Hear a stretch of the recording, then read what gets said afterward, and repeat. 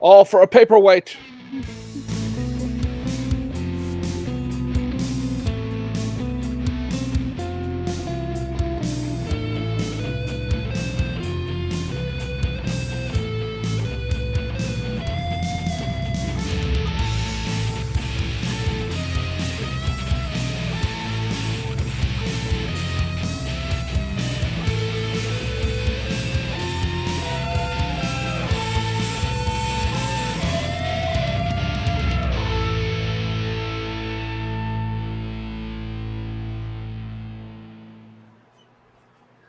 Good evening, ladies and gentlemen. Welcome back to the Shadow and Sun Show. Hope you guys are all having a great week. I've had a busy day. How you guys doing? Tired. Could be better. Could be Fighting better. a cold for a little while. I've been fighting a cold for over a week. It sounds like you're losing. Don't do that. I am technically winning, but it refuses to leave my lungs. So Gotcha. You can die from the cold, right? Yeah, it depends on what it technically, is. yes. You can die from everything, technically. Yeah. Yeah. So I don't know who's joining us tonight. I have a feeling Dark Knight won't be joining us. Felix Felix will be joining us. Don't put that out there unless you're ready for weirdness. You know, I gotta start telling them when they give you that dialogue, what would you like to see improved? The ability to disable a user's camera on the admin end. Yeah. And to not allow them to activate it without permission. Yeah, that's not a bad one. Just in case. Good luck with that. So did you guys like the book? It was okay. It had some identity issues. Oh, I'm going to tell this story I borderline again. hated this book. Okay. I read the comment section for everybody who left comments in the audio version that we probably all watched together, and everybody loved this book as a kid.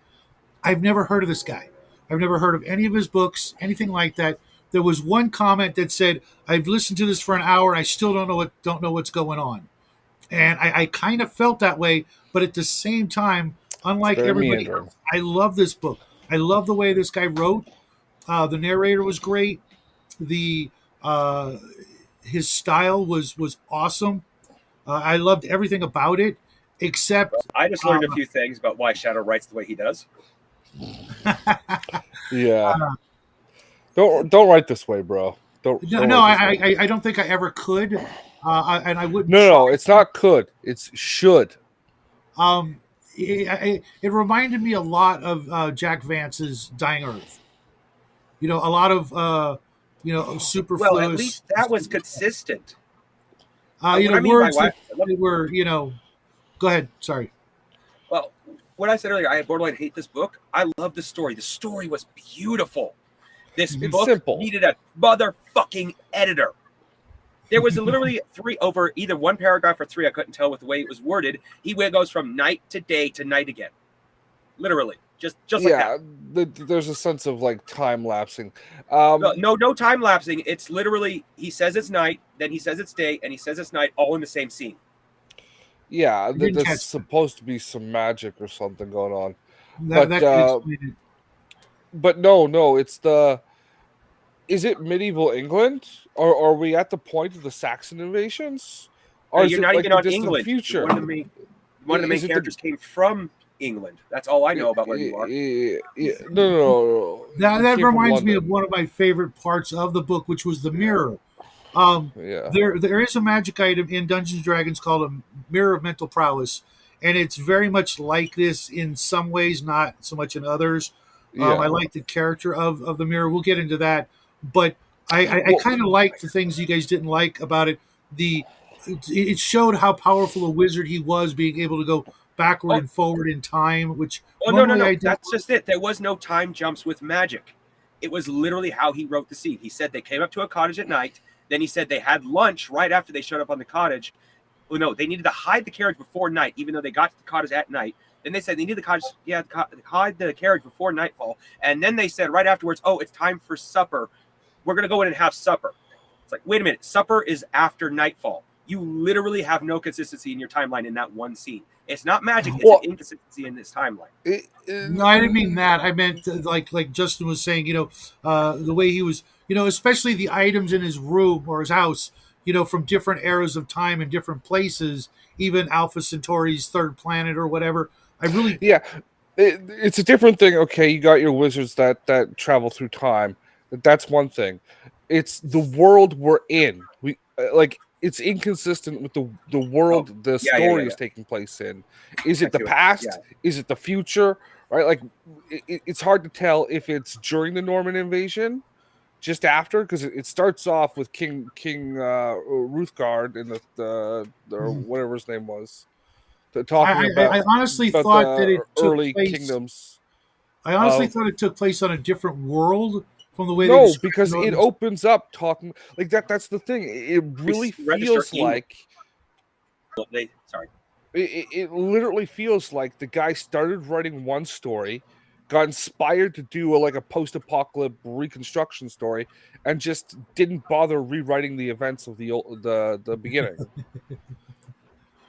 Yeah, and as for being on a different planet, he specifically said, one of the main characters specifically says England. He tried to surround England with brass, and it turned out to be so glass. You're on Earth. And the Vikings came, saw it was so crystal clear, they fled, and then they came back the next day, tapped it, and it shattered. The beaches were covered in glass. He had to flee. So that this is during one of the Viking raids.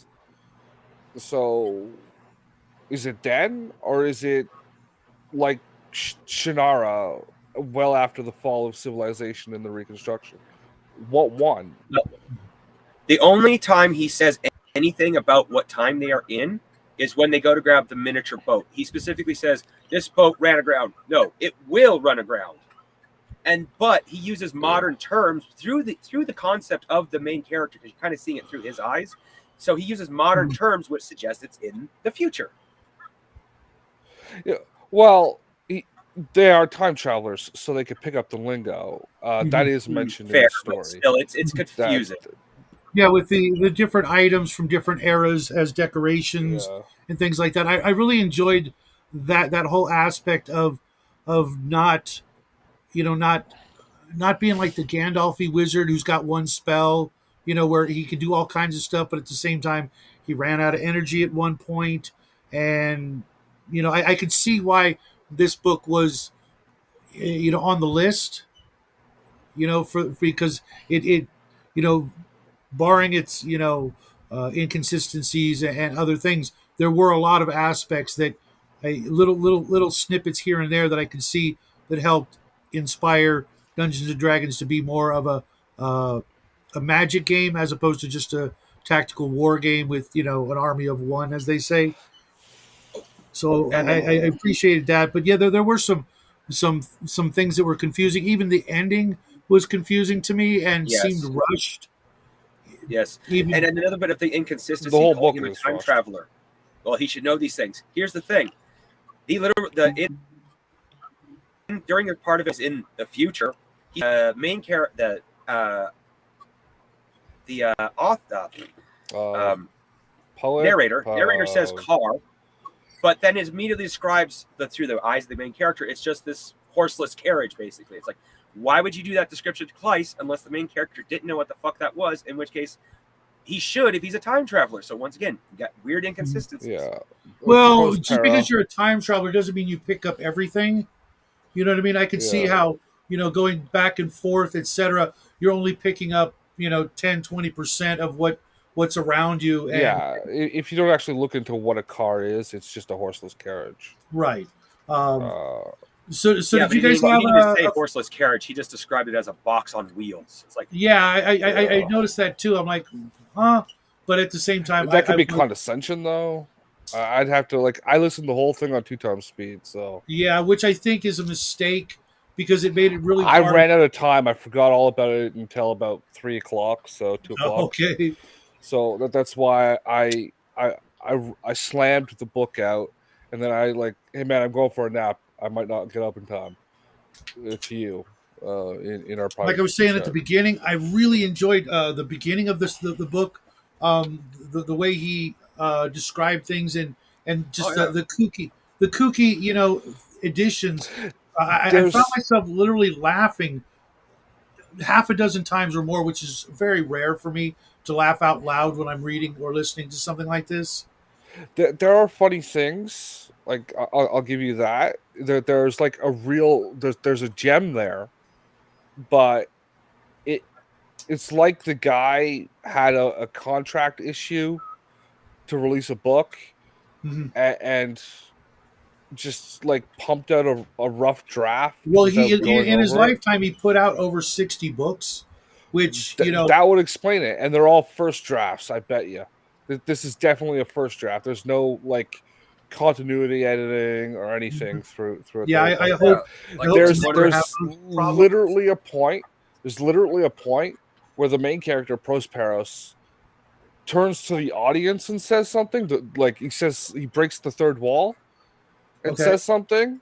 I don't remember what it was because I noticed it when it was happening, but it was going by so fast. I don't really care either. Yeah. Mhm. And that's not consistent. Like if you do that consistently throughout a story, Mhm. it's the style you're writing in.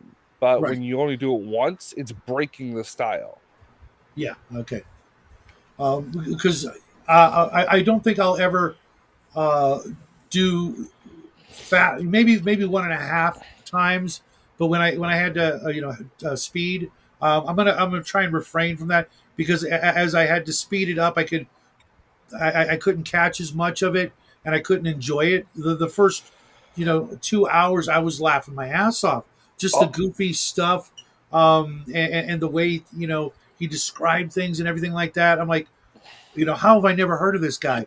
When I was looking through the comment section, people said how this is one of their favorite books on cassette and things like that. And I'm like, how did this one slip by me? Maybe did you if see I my comment? Did you see my comment in the chat?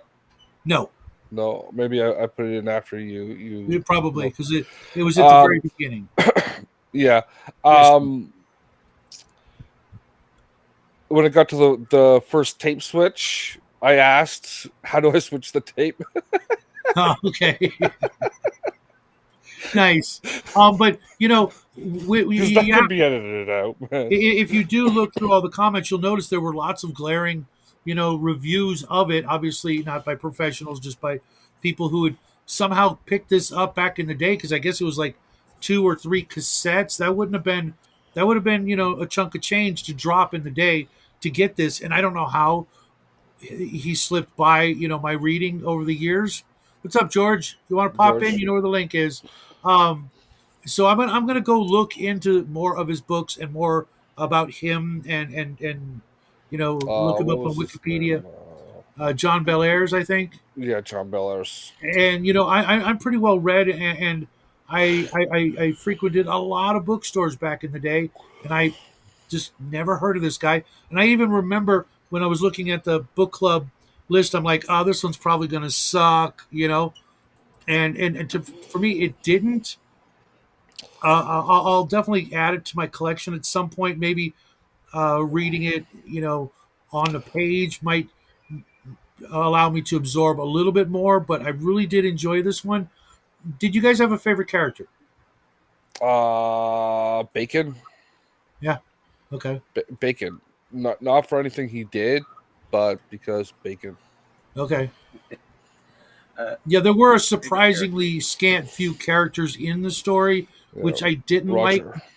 I thought it would have been more enjoyable had there been more. It seemed like he tried to shoehorn in a lot more characters in the last quarter or third of the book as opposed to in the beginning. It was very, Yeah, just him, and then I knew instantly that Roger wasn't dead. Sorry, spoiler alerts.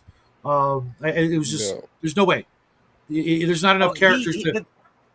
well, first off, he made it a little too obvious Mhm.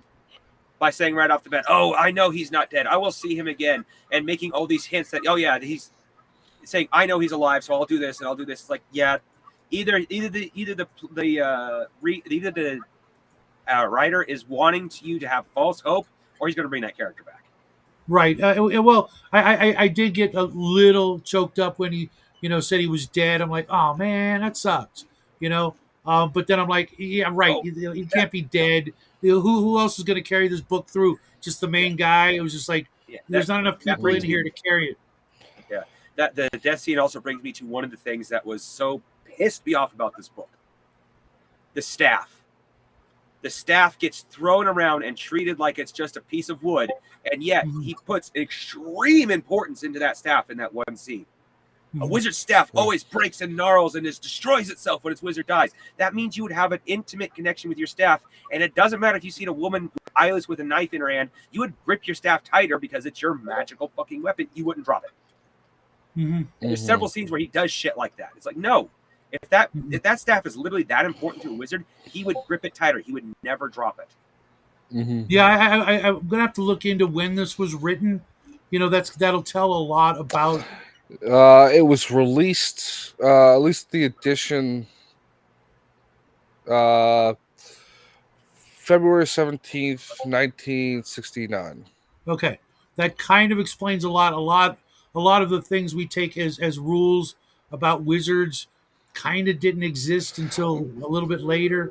Yeah, a lot of the more tropey. No, Shadow. That's not a rule of a wizard, and in a general sense, he, as the writer, put that level of emphasis on the staff.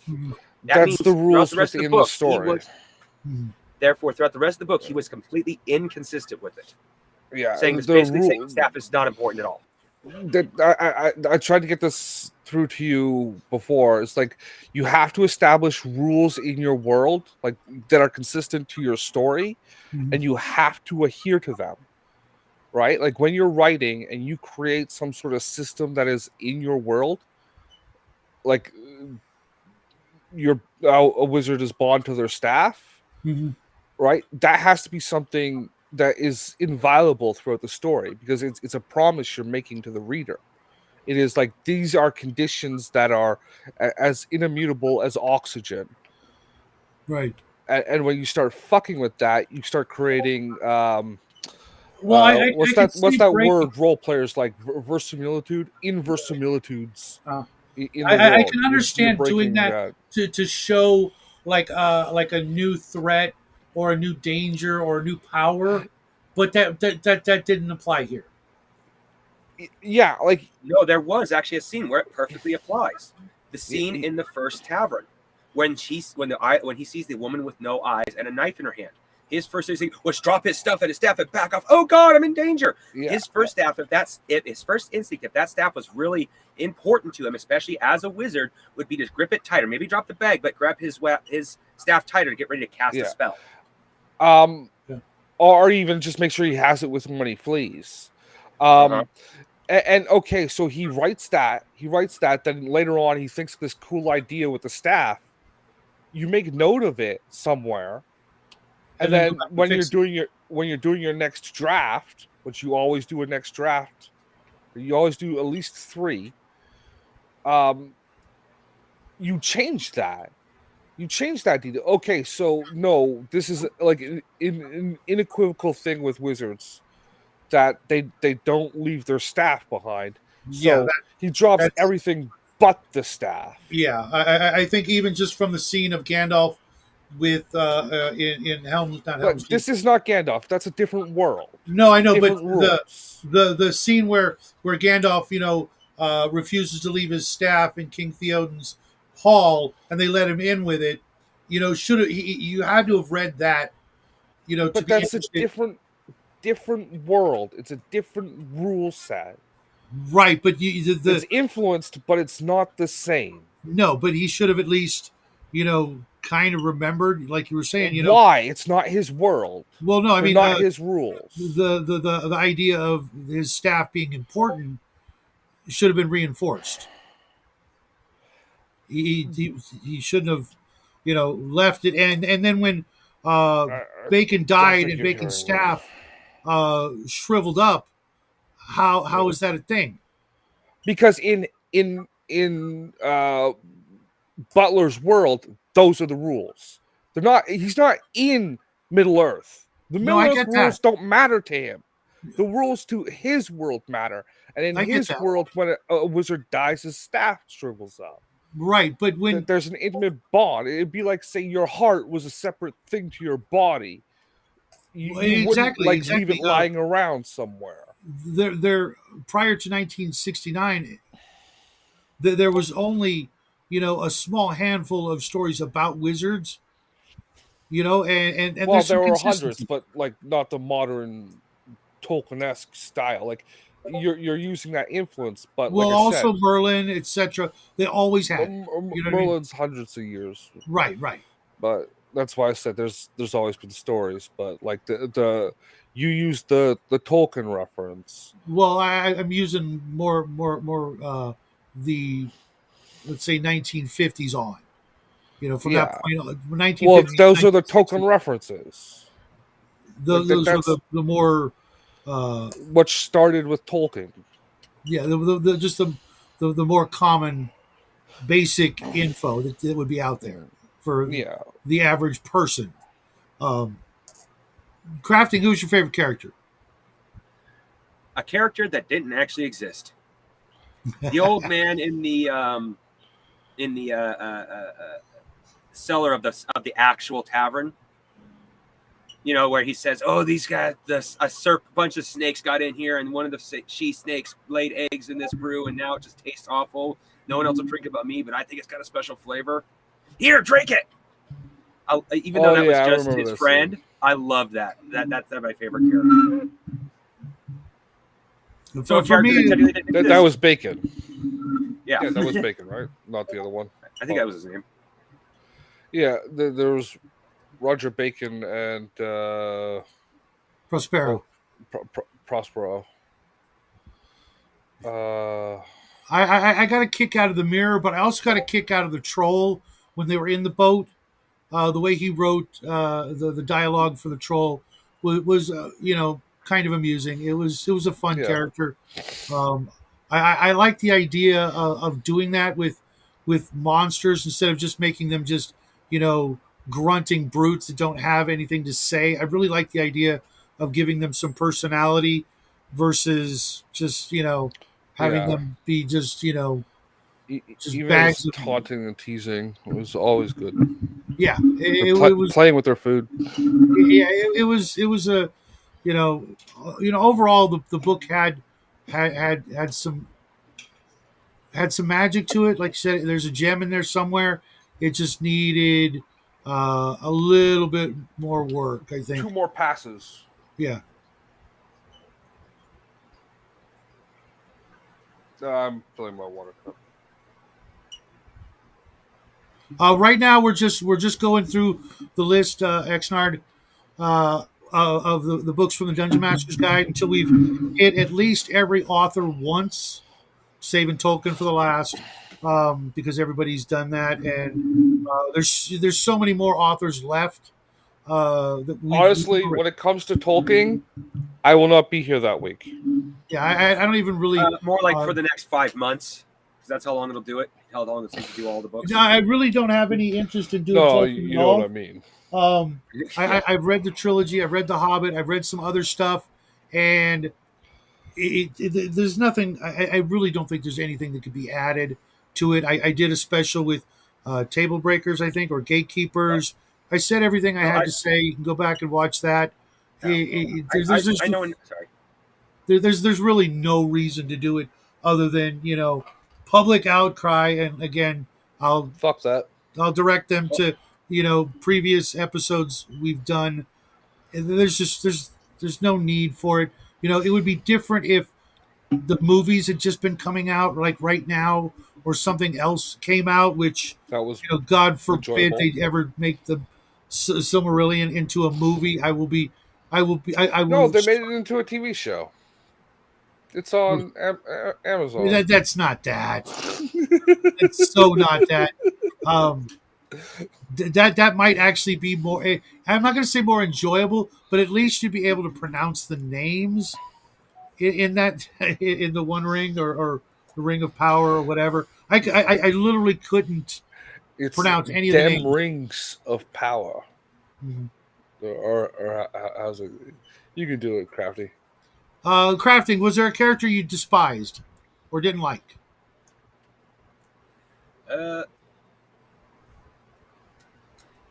didn't so much dislike him so much as I disliked how he fit into the story because it made no sense, especially when he came back. And that would be the old man at the end of the story. That's in the future, but somehow he has magic and knows all these magical spells, but it's in the future. And then he comes back to the past. It's like, what the? I think that was supposed to be Prospero or whatever his name was. From the future, well. No. Yeah. He does not give off that tone in the way he talks. Uh-huh. I see like that, but it doesn't say who he is, and like you say, it makes no sense for him to be there for any other reason. Yeah, that is true. How about you, Justin? Prospero from the future. Yeah, I agree with you. I hate it's Deus Ex time travel machina. Mm-hmm. That Roger guy, I fucking hated that.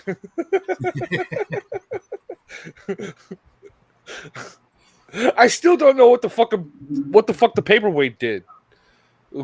I thought it was like a crystal ball that allowed you to see different things and places. No, but they had like 30 different versions of that. Yeah, he even described it one time as a triangle, which was fucking us. But yeah. Originally described as was it's seen those crossroads that he popped in at towards the end of the book. It always seen those crossroads with a giant rock there, and then the fourth one could show different things throughout the world. So basically, it was an orb of seeing. But what the fuck? Why was it so important? Because they don't. It's not like he uses the orb to actually get at his friend, or not friend, but his enemy, like he says he's going to. When he tries leaving with it, he just teleports someplace else, and then and then later on, even though the whole fucking story was that, as Preston so elegant put it, that fucking paperweight. At the end, it becomes irrelevant. Oh no! Just now, when Shadow was listening to the stream, the audio book instead of starting the stream up, I went over to Wikipedia and reread the synopsis, the plot line, and it refers to it as a paperweight throughout that. Well, at one point, the main character also refers to it as a paperweight because that's what he basically said he thought it was. Or what he considered it, I should say. I don't know. I missed that then because there was so much going on. I was kind of frustrated with that too because I thought at first it was like a pyramid, then it's a bunch of orbs, and then I'm like, will you make up your mind? You know, another thing that you can go back through content editing and fix. I had to like picture it as like a pyramid with a bunch of orbs inside it. You know, well, I could see it being like 5 orbs, like 4 in a square, then 1 on top. Mm-hmm. Now, if it said something, if it just simply said orbs in the shape of a pyramid, then the pyramid description could have been it could have still been used just fine. Yeah, and back in the 60s, you could buy shit like that in like hippie stores. So yep. I mean, I'm sure you still can. Yeah, but like that stuff started showing up around that time. Yeah, blown glass was kind of big in the 60s and 70s, and then it kind of disappeared. For me, the character I disliked the most was the bad guy. It was like, who the hell is he? What's his motivation? Why has he got such a hard-on for this particular couple of They had a falling out. Well, they were best buddies, then they stopped working together. Yeah, the whole plot of the premise is that stupid fucking orb. He supposedly, which is the reason why the main character believes the guy is after him, is that orb. Because supposedly he could use that orb to get at the bad guy, and then they don't. Instead, the fact that it was a spell that his master somehow knew he was going to need all these fucking decades later, so he hides a key in a particular place out in the world, and then has this hidden room. And then it just simply has one word, just 2 words, no, 3 words. Use the spell. His master was a fucking Ugh. So so there's the spell in the spell book that he never knows what does, and it actually opens the door. And it's like he's always trying to figure out what the stupid spell in the spell book does. You know, it would make a lot more sense if it was like a lot more Bill and Ted ish, you know, with the time travel. That would tie it all together and make so much more sense if you know, or even it's just like a quest where they have to like gather the MacGuffins or the get the band together, like the Magnificent Seven or whatever. But the thing with the paperweight, am I wrong, or was it in his summer house or his second house, just sitting in a cupboard no, that the bad guy had been rummaging around?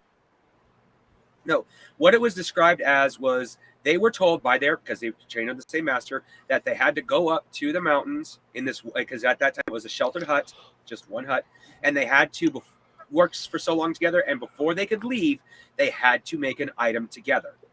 When they argued apparently for months, and then when they finally did it, they both had the same dream, saying they could not leave that place with that item without consequences individually. They had, and if they left together with it, they literally had to keep at least one hand on it, each of them, for the rest of eternity until one died.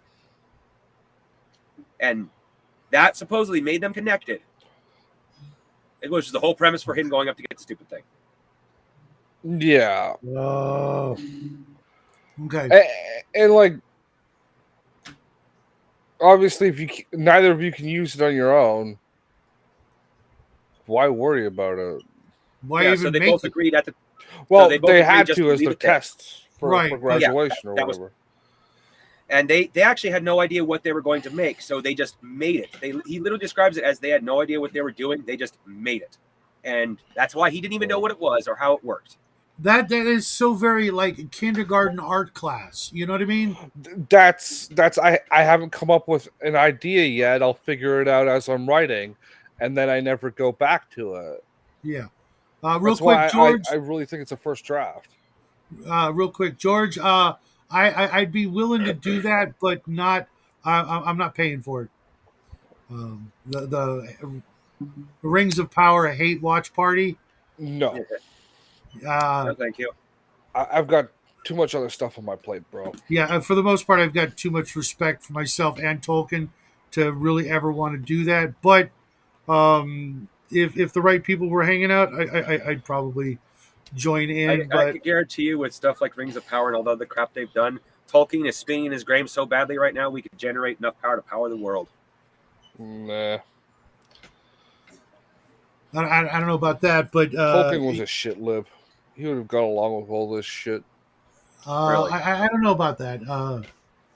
No, you should actually look into the causes he supported during this day. It was the equivalent of shit liberty stuff that goes on today. Richard, I can't imagine that it got any better. Everything I've heard, it just sounded like absolute garbage. Very rarely, unless it's one of those seasons that can, it's one of those shows that can do a formula like a cop show. Most shows don't do so well in their second season.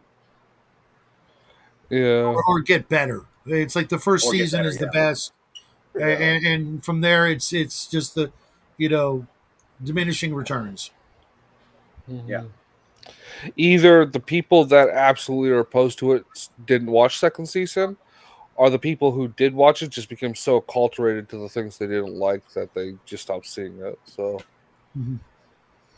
yeah, with the kind of money they put into a project like that, they canceled so many good shows to do second season, man. Yeah, they had that one with the cyberpunk one, with that girl from Kick-Ass, the younger one. She's like 10 years older now, so she's in her 30s. I can't remember the name. It started with a P. It doesn't matter. But there's like virtual reality shit. And, there were a couple other ones I heard about that I never watched. But so I'm assuming none of you will ever recommend this book to anyone. No. Yeah. My mother would die of an aneurysm dealing with the inconsistencies.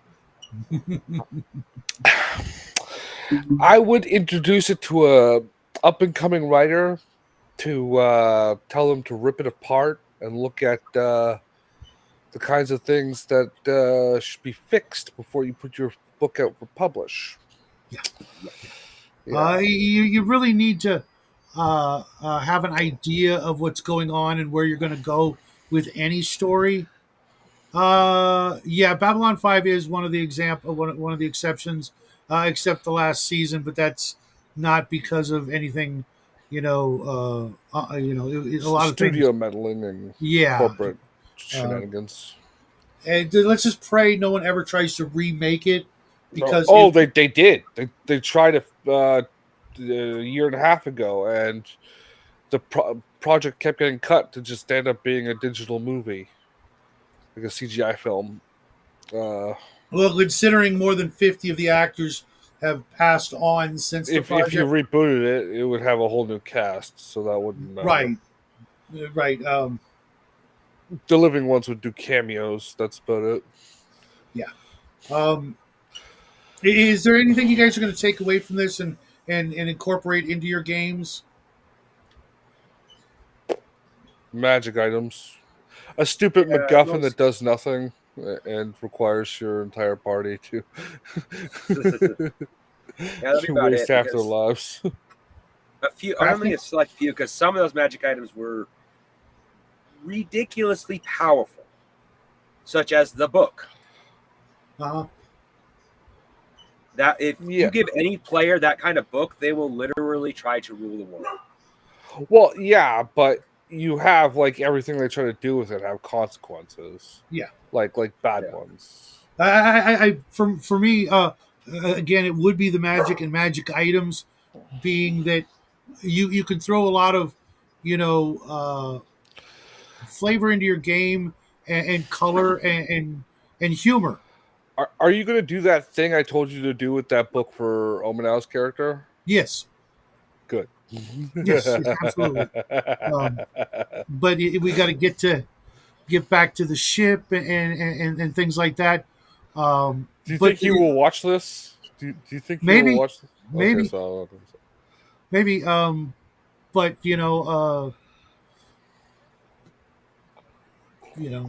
we'll see. I really enjoyed even the non-magic items. Just he had a very strong attachment to material objects like myself, and I can appreciate that because the kind of person I am. But he threw a lot of his own personal tastes. Every little goofy item that was in the book, had to have been something that unless he's pulling it all literally out of his ass, just looking for random shit to throw in there. There definitely seemed to be a lot of his own unique personality, his real world self, thrown in that way without big long storied explanations of why he would have this bust of so and so, just because it's funny. It's out of place. Who's this guy? It was just it reminded me a lot, believe it or not, of the way Avengers Satanis writes. If you guys have ever read anything he's done, he puts a lot of pop culture references into his game books and especially his random charts. They're so random, but he's not. He's trying to pull more from modern day Earth, or his life experience Earth, as opposed to going back and looking for old things of interest and importance. There's a lot of Doctor Who and Star Wars and Star Trek and science fiction little tidbits here and there, as well as fantasy, just little things that just you could go off for hours trying to understand all these little tidbits, when you could just take them for what they are, as a drop in, more breaking that third wall. Yeah. without doing it. Yeah. What was that guy's name I was telling you about the other day? Timothy. Oh, his last name is also something that it doesn't matter. The nutso that made a fortune selling worthless currency and Oh, yeah. I know what you're talking about. I don't remember his yeah, last name, yeah. He had that too. Like when he got rich, he put like statues of all kinds of famous people around with quotes of things they said, but the quotes were all wrong. but okay, that's They're funny. just like random people, just like famous people, but it was just like Napoleon, George Washington, Caesar. Like, They're were a big influence, like Osmandius yeah, from and he had just like amongst them a statue of himself, right? So now Exnard. We don't know exactly what time. It it's kind of vague because he is kind of a time traveler, which is one of the reasons why I like the mirror so much, because in the well, mirror of mental prowess, you can use it not only as a crystal ball, but you can walk through the mirror and go to other places. I've always liked that idea as a did you catch the line when the mirror was bugging them, and he told them to go upstairs and watch late night films? yes. Oh my god, that was great. That was great. I mean, the guy had talent. Go watch porn. The guy had talent.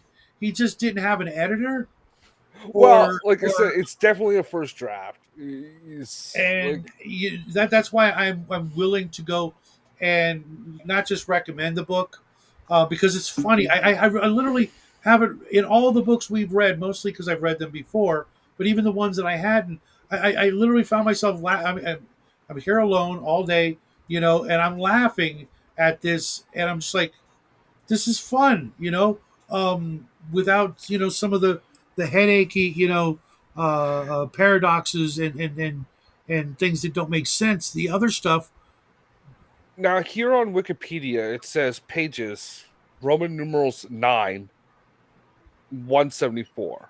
So I'm assuming it's 174 pages in the ninth edition. Um, thanks, X. Um, uh, right?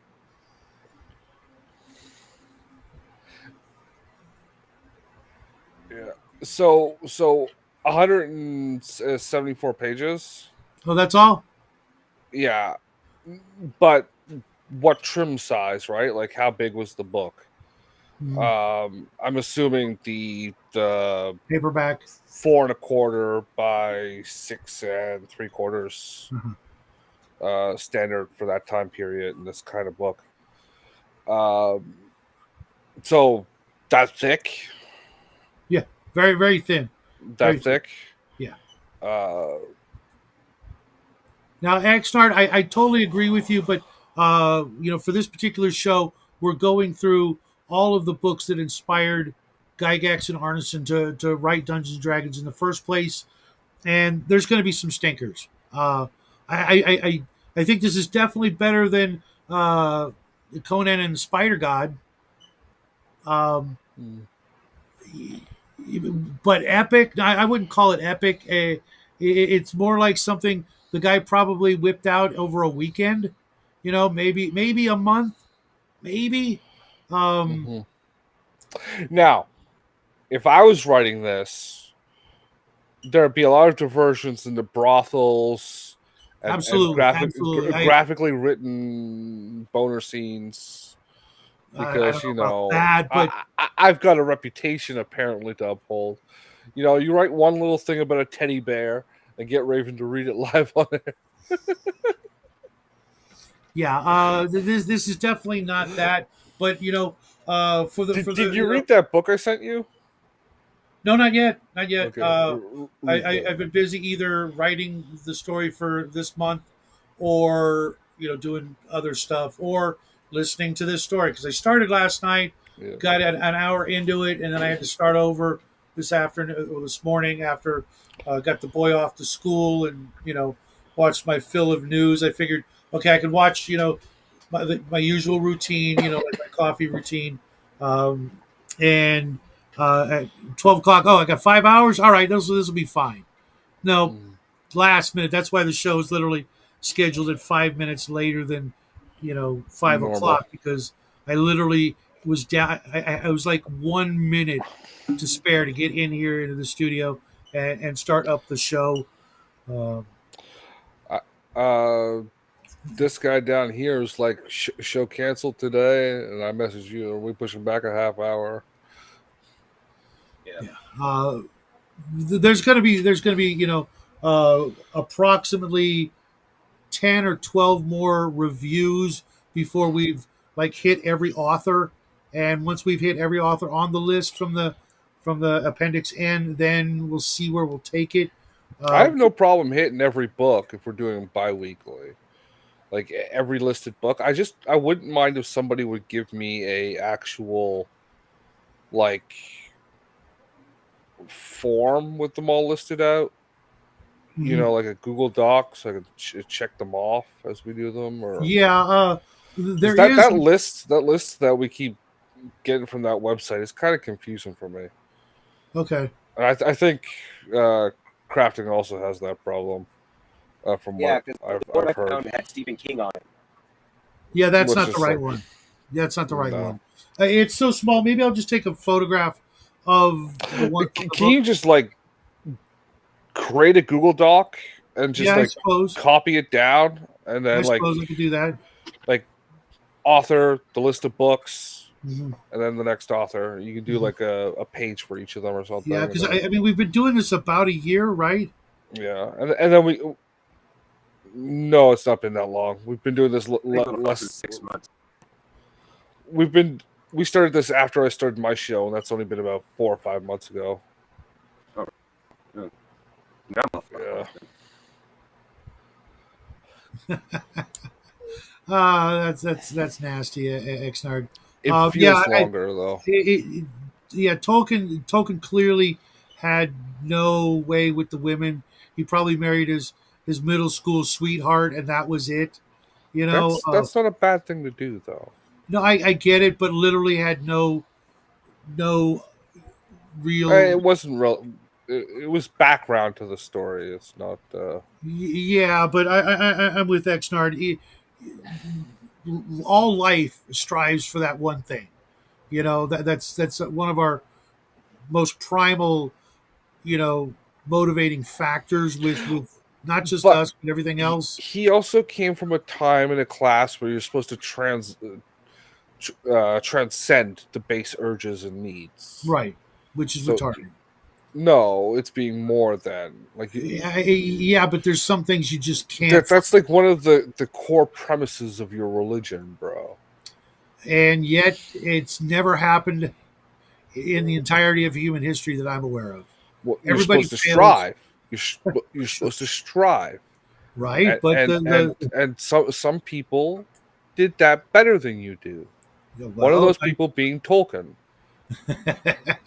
No, because I think he had far more children than I did. Hey, it's not you don't have it. It's that you don't make it the core point of your existence. It's obviously, I'm the opposite opinion because I'm making you write smut for the moment. Right. I'm still laughing over this. Okay. There's a whole chorus of me's in my brain, just sitting around chuckling around. I'm making this guy write porn. I'm making this guy write porn. And I'm always up to a challenge. The real challenge with that particular writing challenge is not what you think. For me, it's writing in a way that I think a particular audience would gobble the shit up. You know what I mean? Which is not something I'm. You're publishing this one, motherfucker. This one's going out there. And if that's the case, then I have to make it something that either does well or literally It doesn't no have one to do ever touched. well. What?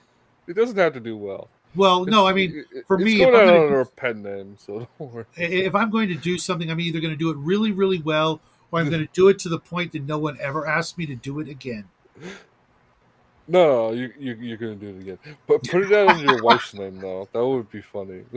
What? Put it out under your wife's name. Oh no. Honey, I made you a published author.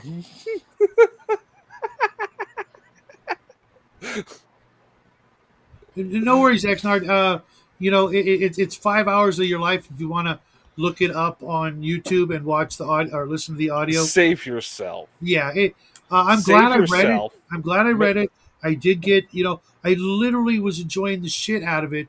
The first couple of hours, just enjoying his writing style and his ability to not be so freaking serious.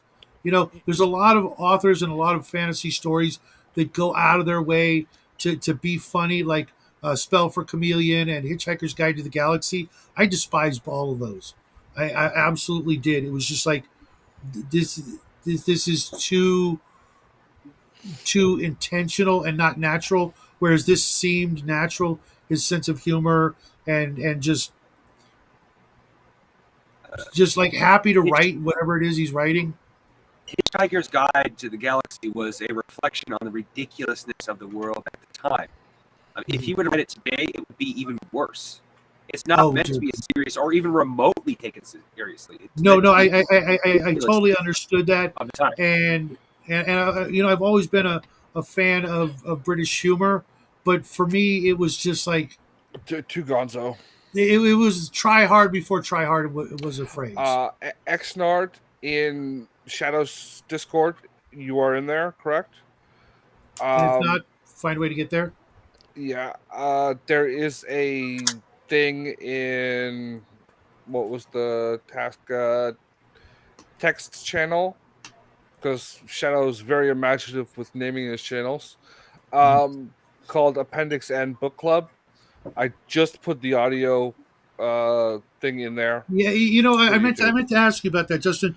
I was looking for it on my channel, and I didn't realize that you had created something completely different for the Appendix N Book Club. No, that's the group chat that we had originally.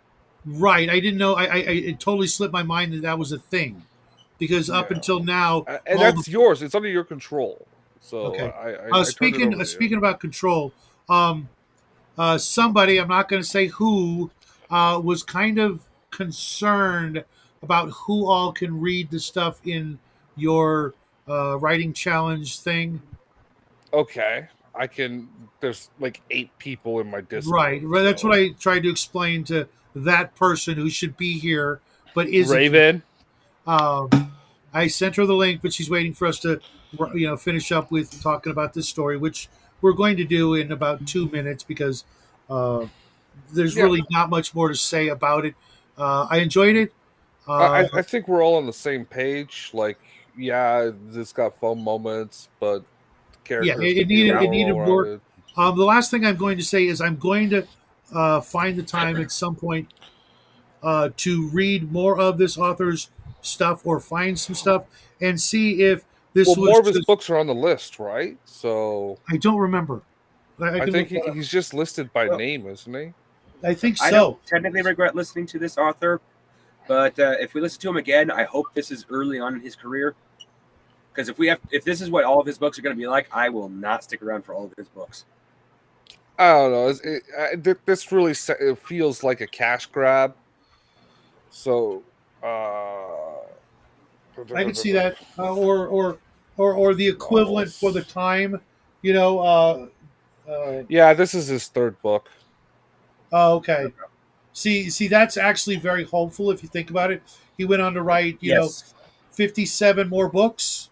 Well, someone back then must have thought he was talented enough to continue and be worthy of getting a paycheck. That's what you see 57 books. I only see 32 on Wikipedia. Oh, okay. Maybe I read that wrong, or he's got some television shows they wrote for. Oh, somebody said 60 books. That's all I know. Yeah, that's what I said. I thought I read that in the chat for the video, and I could have been mixing that number up, but even still, 37 books. That's pretty. That's pretty. Respectable. And if this is his third, it's better than anything I've written. That's for certain. So there's hope, and I will check out some of his other stuff and eventually get back to you. I'm on a thing listed as publishers, not bibliography. And who do we have here? As a writer, I might say he was better, Shadow, but I will give you this right off the bat. You are consistent. Thank you. I'm consistent. Consistently bad. Welcome to the show. Without editing. Hey. Without editing, you are consistent. What I mean by that. Yeah. Okay. Well, Thanks. he also doesn't write longer stories. Yeah. Fair. The longer you get, it's harder to be consistent. Mm-hmm. Welcome to the show, Omen. Did you read the book? Yeah. Well, I listened to it. Let's say Yeah. Did you like it? Sort of. I like some of the aspects, but not others. It felt a bit tongue in cheek in areas with the I mean, it was aimed at a younger audience. I did like the way that he would describe a lot of things, but then it just felt like he was describing things just for the sake of it, rather than trying to actually. Yeah, like he did not need almost 5 minutes of how the castle looked. Yeah. Well, you know what though? It's like I said, it's aimed at a younger audience. Or what it reminds me of is years ago when I watched Harry Potter, and they were showing off all of the cool things that were going on there. So it, to me, it was meant to be an escapism for that, with the story kind of in there. Okay. Yeah. Is there anything you're going to take away from this story to add to your RPGs when you Dungeon Master? I think I can do a better job for describing things. Okay. All right. Well, we're going to have to hold you to that and make you DM for us one of these days. I'm sure it'll be a total party kill, but I'm okay with that. Every other Saturday, I do an axe game.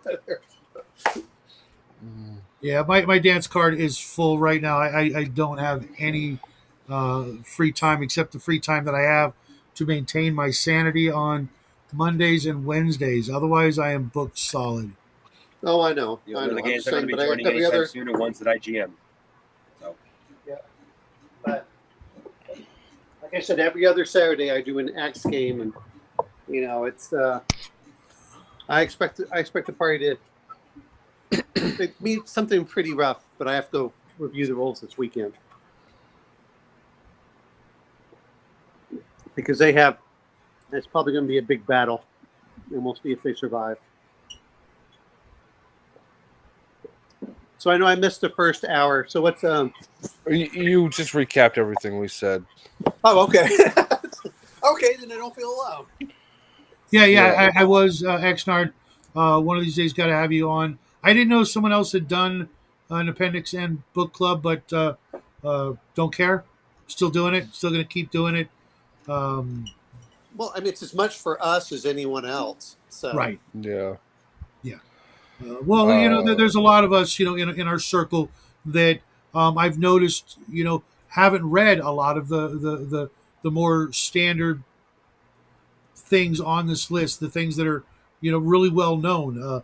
The people that have actually read Fafford and the Grey Mouser is very small, and for me growing up, it was one of the top 5 when you talk fantasy D&D inspired type gamey stories. It was in the top 5 always, and now as I've gotten older, the people that have even heard of it is very small.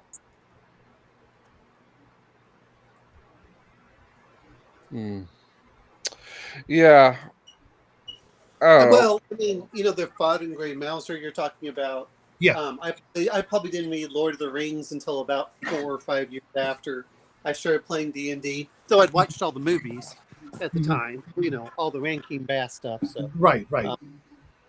But no. What I heard there is you didn't start playing D&D until the early 2000s.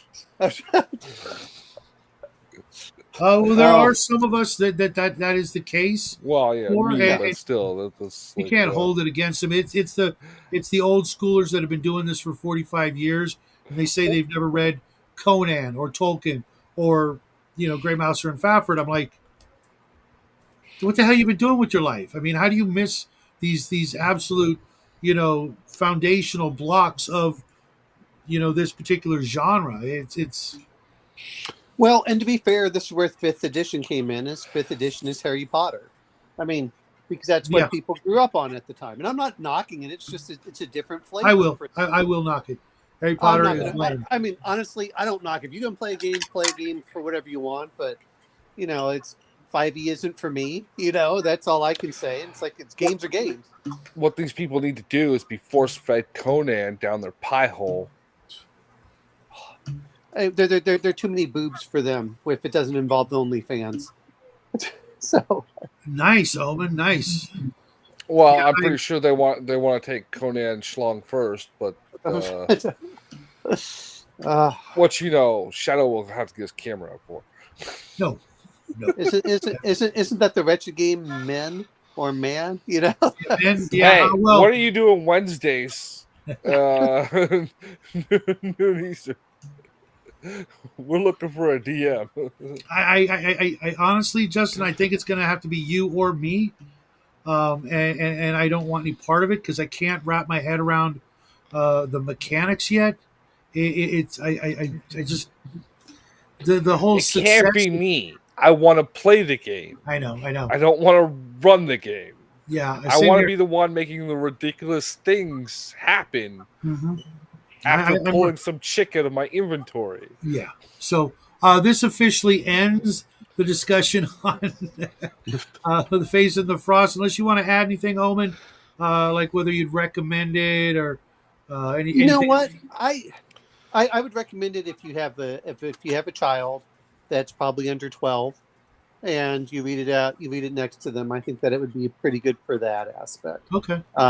But as far as adult, it didn't really feel like it's not aimed at that age group. So that's what I would see. say. I thought it was actually more written for an older, or at least a better versed in history kind of age group. Even though I'm not a big history guy.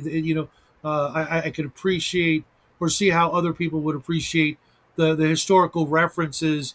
Out of place. Yes. Well, what I'm saying, Xnard. You don't read the books. You read the radio plays. That's what you do for the Hitchhiker's Guide. Yeah, I read all of the Hitchhiker's Guide books. They had come highly recommended, and I'm not going to say that they were awful or anything like that. It's just it wasn't my cup of tea. You guys all know I love Red Dwarf, and that's very in line with the Hitchhiker's Guide idea of science fiction humor, etc. But the books are not the same as the radio play. My mother read the radio plays first, then she read the books. Even though they're written by the same guy, she said that the radio plays were much funnier. Oh, I don't doubt that for a second. He was able to go back and polish things that he didn't like about the books. I thought that did the radio play come out first, then the book? No, first. Okay, I wasn't sure which. That makes sense. And I think maybe get on board with that. Second or third book. Xnard put it perfectly. It was a ritual, rite of passage for the time, and for my group of friends. We all shared lots of books and stories and movies and things like that. And the whole group read it. We literally handed one book. When you're done, hand it to so and so type of thing. We shared a lot of things like that, and this was one of those things. But I don't think I'll ever read it again. I tried watching the movie, and I'm like, this doesn't even feel like it, or maybe so much time had gone by. The newest one, there's a TV show too. Oh, okay. No, I meant the movie. The new one. Well, I don't know how new it is. It was. Oh, you know what? No, the radio broadcast came first. So the radio broadcast. He wrote the book first. It was in print, like it was not released yet. Well, you can say that, but I'm telling you right now is that the radio came out first, then the book came out. So, dude. Oh my What? god. Oh my god. Exnard, thank you. I was just talking about those books, Lord Foulsbane. Just what was it, Wednesday? Yeah. I have I been think I looking have for them years somewhere. for anybody who's actually read those besides me. They were huge back in the day, right?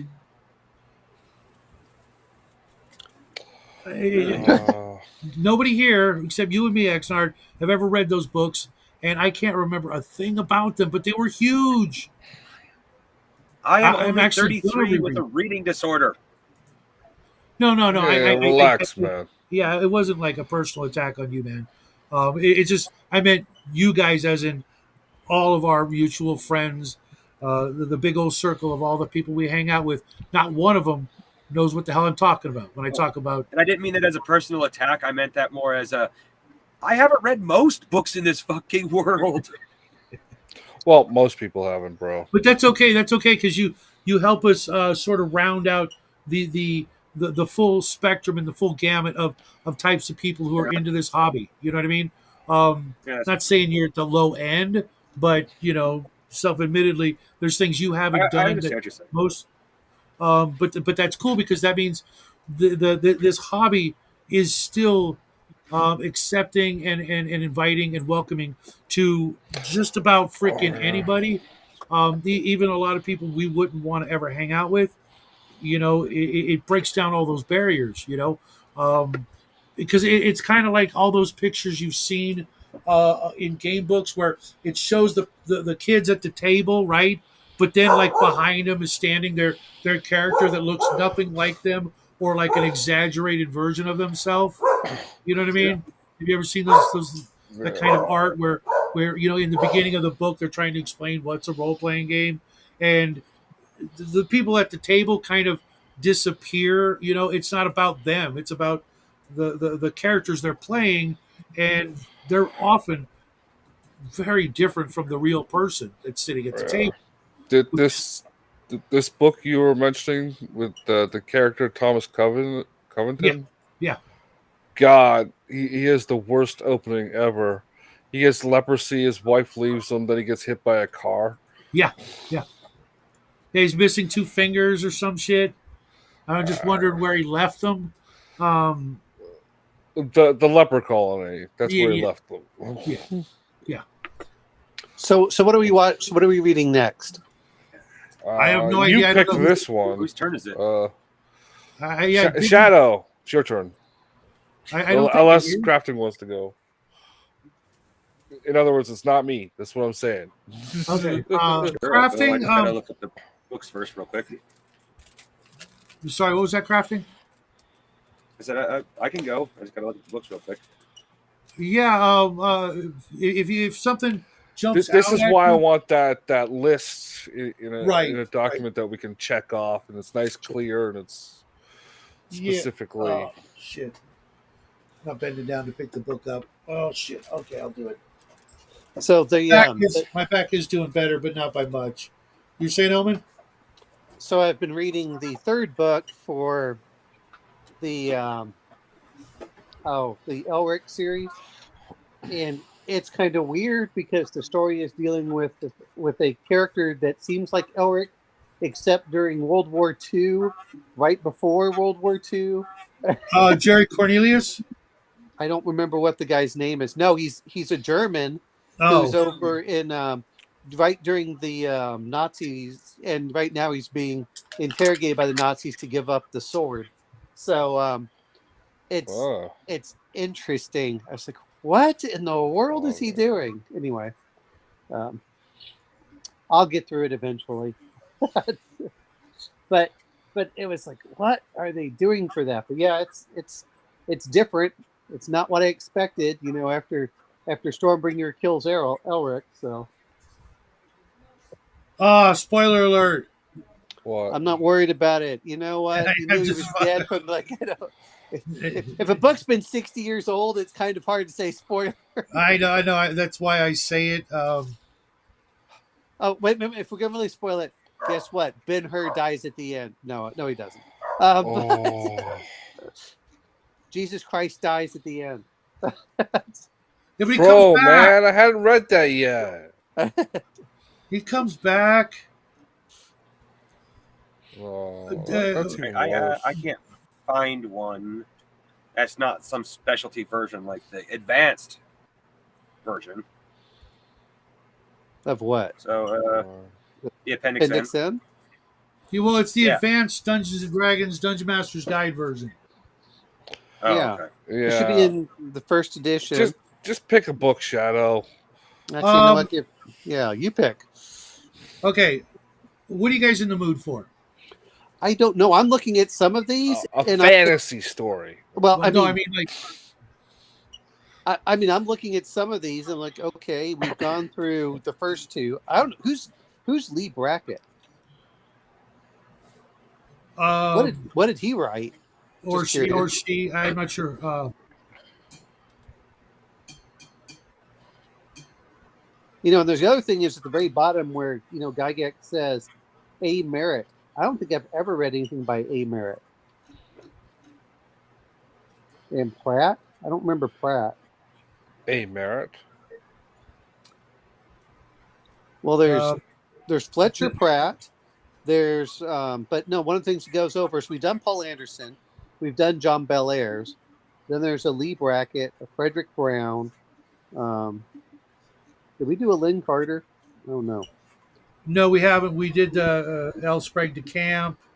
We Yep. didn't do August Derleth. We did, which I would like to save for October of next year, since it's kind of a H.P. Lovecrafty kind of thing. I think that'd be a safe bet to save it for, later on. What's that? The King in Yellow. No. He's like, hey, what's up, Brian? He was the guy who kept Lovecraft's books alive by promoting them after he died in a huge way. If it wasn't for Derleth, Lovecraft would have would have disappeared into obscurity. Well, I'm just looking through some of the the list here, and it's like the reason I asked is because some of the things are kind of you can kind of get an idea of what kind of story it's going to be, whether it's going to be like a sword and sandals or more high magic and things like that. Some like the moon pool. Yeah, that could be anything. Well, I'm on or- Wikipedia right now, so I'll skim the plot summary. And there's Sterling Lanier's Hero's Journey. Oh, it's a Hollow Earth story. Which one? Moonpool? The moon pool. Okay, I would rather. Well, I have no problems with a Hollow Earth. I mean, hell, that was yeah. Me neither. I mean, literally, I could throw a dart at this list to be fine. Well, that's A. Merritt, right? Yeah. That's his first novel in 1919. Oh no, his it's his first one because 1919, you said? Technically 1918, but Yeah, let's do that. Yeah. For Moonpool or Creep, Shadow, Dwellers in the Mirage. I mean, any of these. I'm just looking through what they. Let's do the first one. Yeah. Well, you said Moonpool, so I was like, okay. He has like short stories.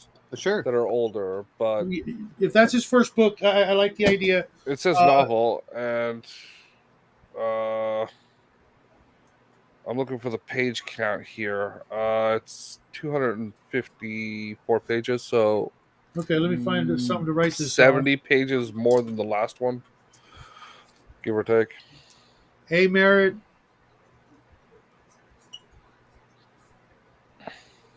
I got a question. I'm gonna see if we can. Oh, sorry. Well, go. I'm gonna try and find this thing on. When you hear Cathar, do you think barbarian? Oh, you mean Kothar? The way I understand the spelling of words, that's not how it's pronounced, but okay. I'll go with your word because Yeah, I was lied that's to my in school about the way things were written. Yeah. I think we all were, but yeah, I totally got that. This is 12 hours long on the audiobook, but that's normal for audiobooks. Like I'm we've okay with been that. doing short. It'll make me do it sooner and not push it to the end. When I see it, it's a bigger thing. A longer listen time. I don't fall back on. Oh, I could just do it the last day. I don't want that. And crafting. That's why I was asking. What are you guys in the mood for? Because when I saw that one, I'm like, that sounds like a freaking barbarian. You know. Um, let's do the moon Well, pool. We can always come back to Kothar or however you pronounce it. In 2 weeks. Yeah. I was gonna say, if I had my choice, I'd probably have leaned back on Lovecraft. Lovecraft anyway. I was really, really loving the Lovecraft stories. Well, there's nothing stopping you from reading them in between time. And yes, Brian, that's exactly what we're doing.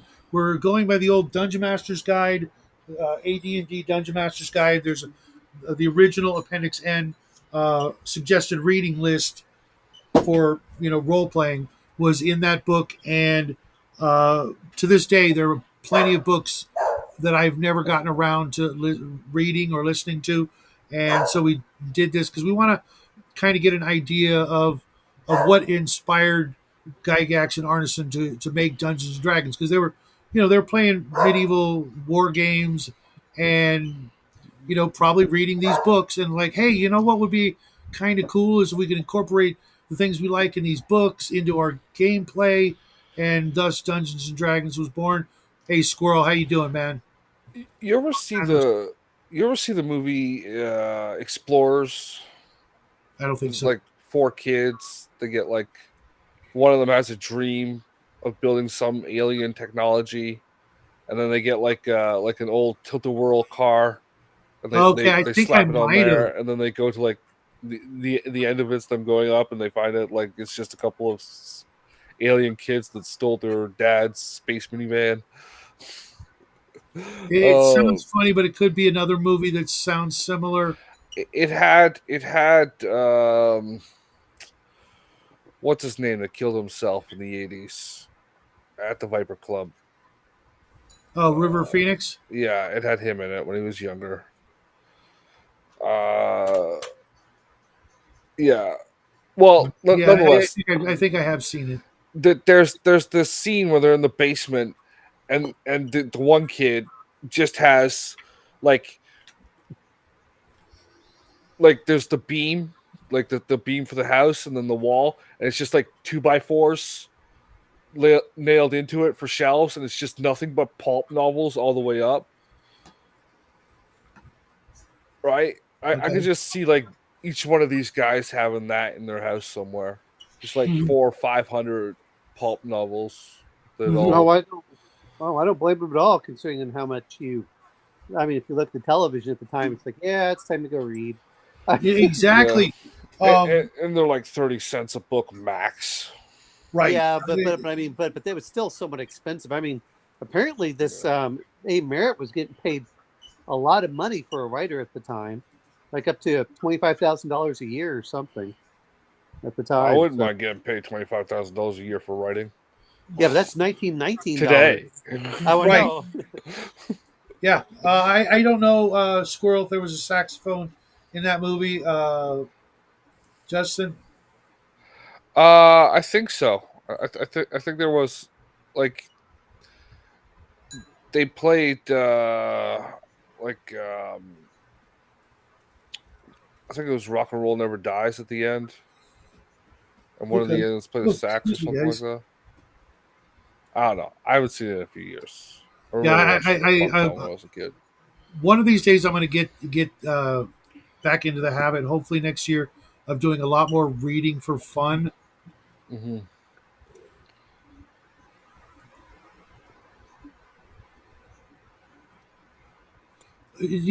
That's kind of why we're doing it, because even me, I've read a bunch of them, but there are, at least half of the authors I've never read anything by.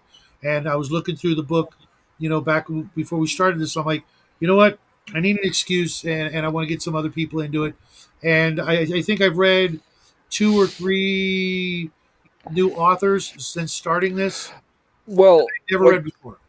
I got my Audible account specifically to like pick up the Conan and Lovecraft and all that stuff. And I had maybe 10 credits sitting there because you get a credit every month. Yeah.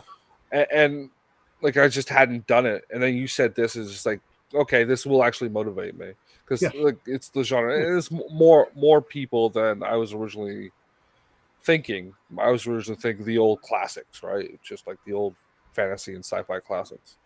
You But know what, Exnard, we will do that.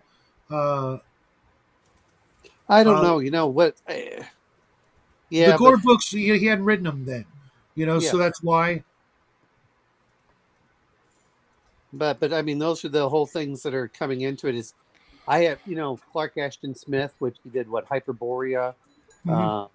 There's a lot of them out there that are all together, and at least be aware of them. You don't have to say you have to like it. Like this writer apparently was a little bit. I'll tell you one that I didn't even know about, but apparently it was super popular in the '90s. Was Redwall with the animals. I was like, really? Man, I wish I'd known that when my son was young. That was, uh, That squirrel. Um, that's part of this fun. I was thinking about it today. I would rather still read a good book than watch a great TV show or movie. I get so much more out of it, and I can't think of anything that's come out in the last 10 or 15 years that I've enjoyed as much as most of the old books that I grew up reading. The stuff that comes out these days just seems, you know, it just doesn't do it for me. And yeah, you should, Brian. Not only should you make that list of the things that influenced you, you should put it on your Discord and share it with everybody. Because I bet that's actually a fun read. I was literally thinking about you the other day when I was going through the omnibuses of the great comics out there, and I was honestly thinking of picking up the original Captain America, Volume One omnibus, just to see what it must have been like to read that stuff back in the day, you know, during the big war, and here comes this comic book character Captain America.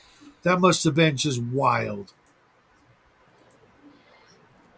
The worst part about painting when you're on stream is when you mute yourself and you forget to mute yourself, you'll have a whole conversation all to yourself and nobody knows. That's why having the camera on is kind of a good thing. Just saying. Yeah. Here's the problem with that, Shadow. I know. Yeah, we know the light. I very much love my you need to get you need to get like proper room light instead of a headlamp. Because your painting will improve. You'll get more like the light will be on the miniature more properly. Don't worry, Exnard. We will get to Gygax's actual work that he did, because I've always wanted to read those myself. I knew someone who did, but they wouldn't loan them to me. Can you believe that? After all the books I've loaned out, yeah. I don't know. I did the what's her name series, the Elminster series. Did he write those? Wasn't that? No, it was Like the other guy. Stackpool or something, maybe? No. I think it was Gygax. Or was it the Hickmans? No. Okay. Elminster.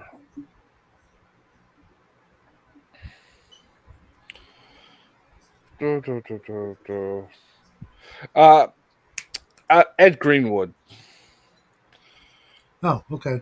Yeah, I knew it wasn't Gygax when I said it, but what was there was the other series he wrote? Fuck, I'm spacing because I did a whole bunch of those books in the late '90s. Yeah, I never read any of the Dragonlance or any of the No, I didn't do any of those. TSR affiliated fantasy novels ever. I specifically wanted to stay away from them. Even as a youngster, I was like, I want to read the stuff they read first.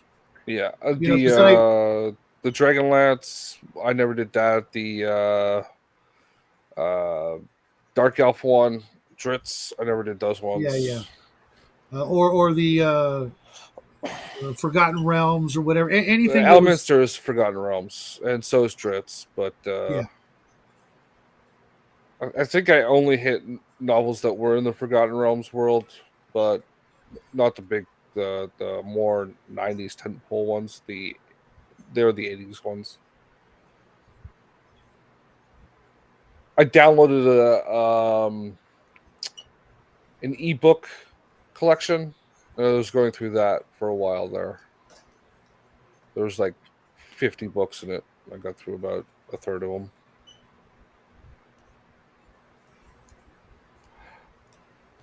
If you got every single Forgotten Realms book, you would have a fairly large library. Mm-hmm. Yeah. Yeah, I remember going into the bookstores and seeing them, and it just I wasn't done reading, all the Conan books or all the, other books Yeah. in the series that I liked, the Fritz Lieber and They have a distinctively different tone to them. yeah, and like I said, I just wanted to, you know, understand where they were coming from before I started going into the newer stuff. And I have read some stuff over the years that's considerably newer. The Magician Apprentice series, the Rift Wars series, whatever it was called. That was very hell. That was being published as my friends and I were reading them, and I enjoyed those a lot. Um, and I'll hopefully get to more newer authors, but I'm still not done with the old stuff. Yeah. Well, you should pick up some like things written in the last 10 years. Anyway, that's Yeah, pretty yeah. cool, Brian, that you're listening to the Sherlock Holmes stuff. So, um, Yeah. well, but I mean, a lot of it is people got into one thing or the First other. edition, buddy, right here. That's a very well kept first edition. Yeah.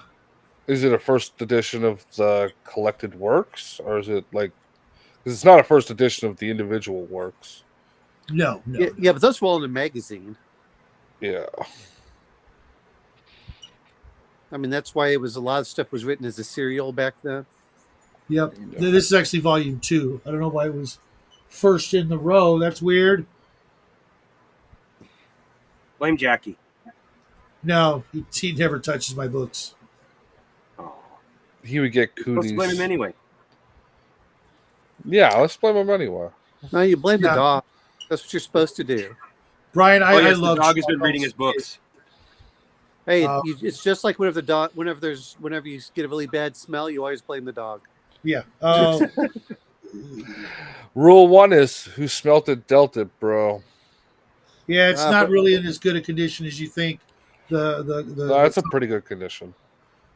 It could be better. so, what was the copyright on that? Uh, Should say published or something, giving you the year. 1905. Oh wow! Okay, so it's It's the first printing. Yeah. weren't those stories released in the 1870s? Yeah, 1892, 1893, 94.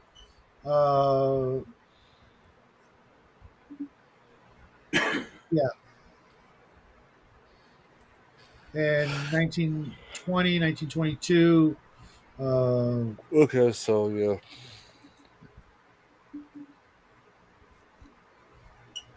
Wait a minute, it said 1922 on there. Well, that means that'd be printed after that.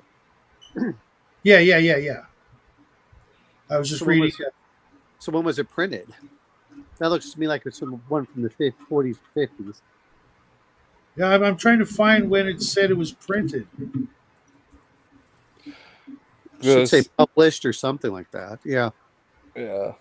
It does, but it doesn't give a date. Hmm. I know it's been in my family for a long time, but it literally doesn't say when it was printed. But you know what? This is volume 2. That's probably why. It should say it in each volume. Yeah, maybe, but I don't know if they're sold as a set. They may not. Mm. Because the assumption is that you buy them together, not separate.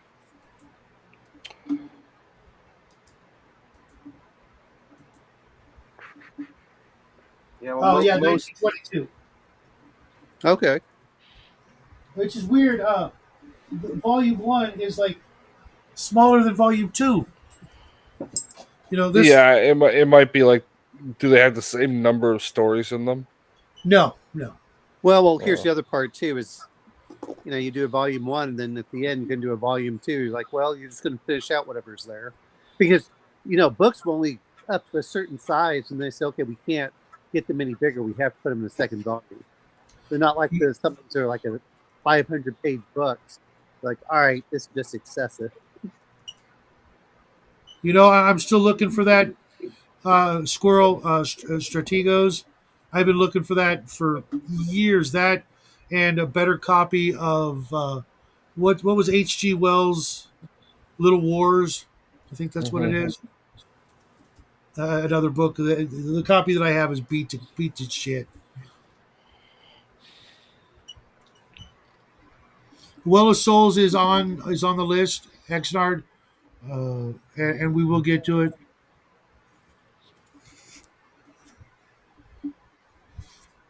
I was actually looking last night at trying to find copies of Chainmail because I can't find mine. Of all the books I've had over the years, that's one I just cannot find.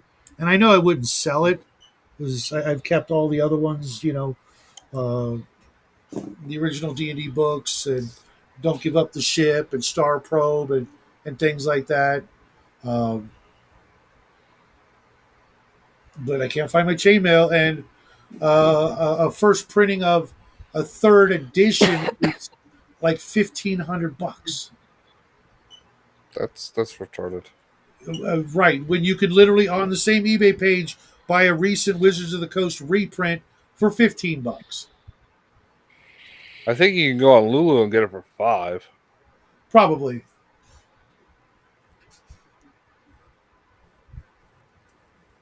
Mm.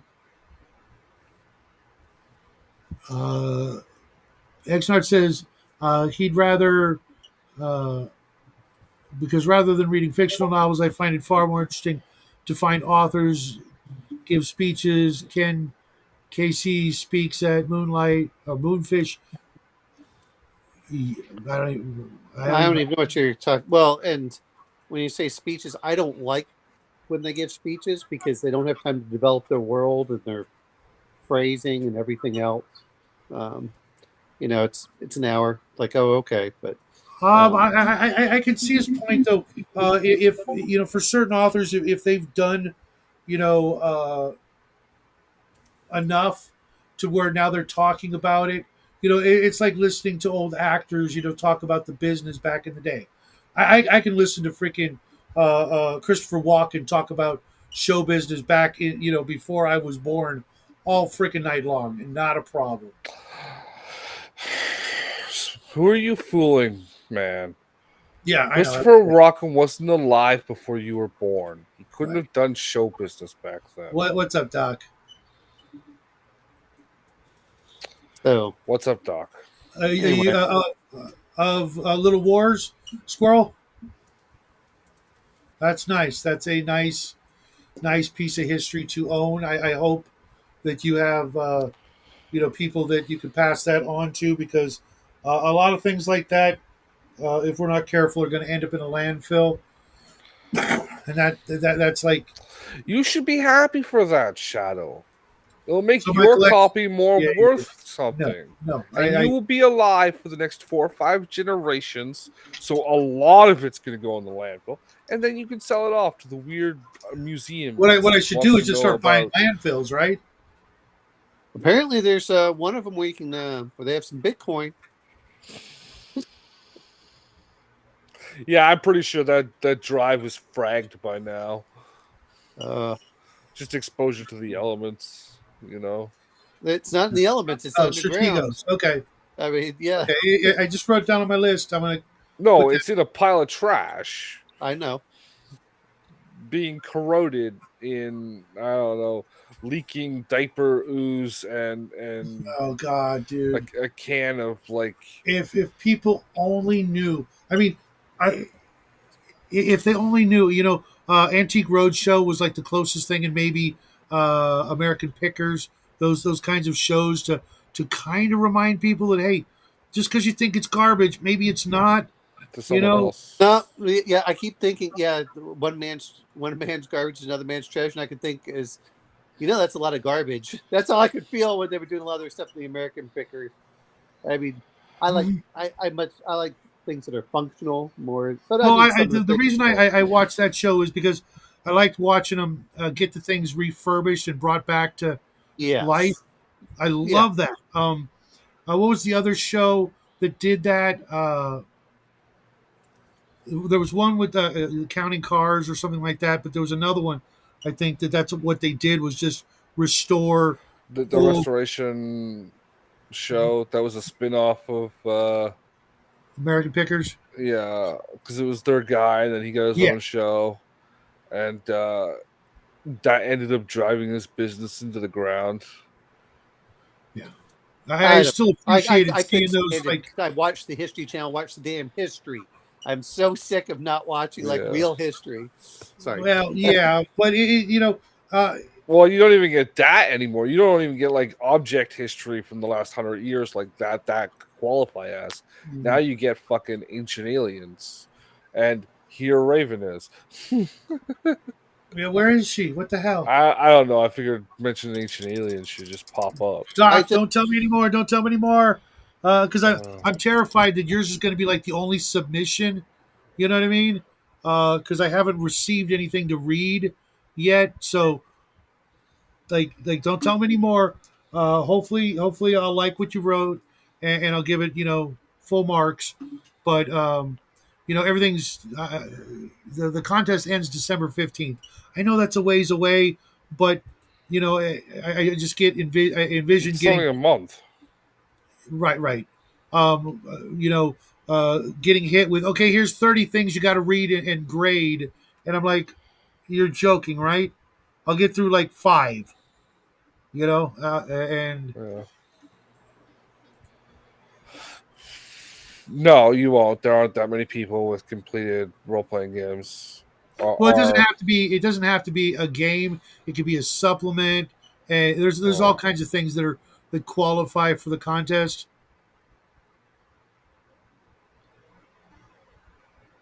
As soon as I heard yeah. 5,000 word limit, I noped out. Because that means I'd have to write a whole new system. Right. Yeah, Well, you want to try and narrow your thing down to less than 5,000 words, bro.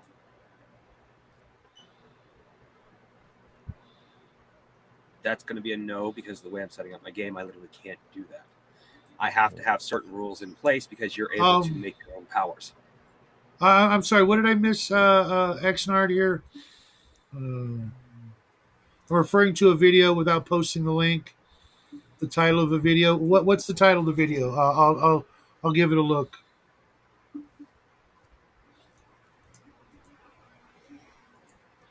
If you're going to go to all the trouble, I can at least check it out. And if it's not for me, I'll just stop watching it. I do that all the time, believe it or not. I don't have to watch, especially.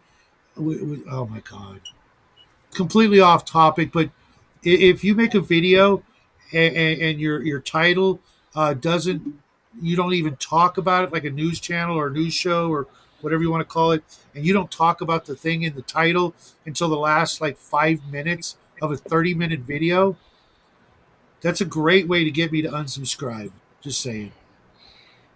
And if you've got 3 ad reads in a 30-minute video, you can guarantee I'm going to stop watching your show.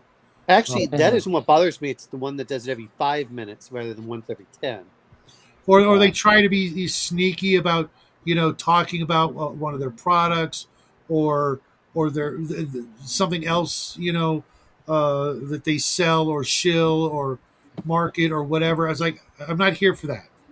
Well, you and know what don't, though is but then you just skip it. You just hit the little button, I and then know, move on. and I do. And to No, you no. need money somehow, otherwise you don't do it at all. there's also the ones that like, okay, yes, you get your ad sponsorship and you put it in the show, but then it's like, give me something before you go to commercial, bro, and then give me Actually, something where the else commercials up before you in go back front, to so I can the. just ignore them. Well, I'm here for the content. I don't want to have to like spend 45 minutes or whatever listening to a goddamn sponsorship for Surfshark or whatever. Some I stupid hear thing like that. and everything at 2x speed. I'm like, okay, it's like 20 seconds. No, I Yeah. can't do that. A lot of times, like for the audiobooks, I'll do it because they're reading very slowly. It seems to me, but for a regular speaker, I want to hear them and all the nuances and whatever. I like the channel, so I'm watching it. So I'm gonna watch it at regular speed. But between that and like clickbaity titles, I hate to tell you this, or you won't believe this, or so and so's been destroyed. No one's been destroyed in the history of fucking YouTube. No one's been destroyed. I've been thinking about setting up like another YouTube channel where it's just like pull up YouTube videos of people saying why you should stop selling your books on Amazon, and just have a timer to when they recant that statement. Right, like the title is don't sell your books on Amazon anymore, and then it's like whoa, still sell your books on Amazon is like the first thing that comes out of their mouth.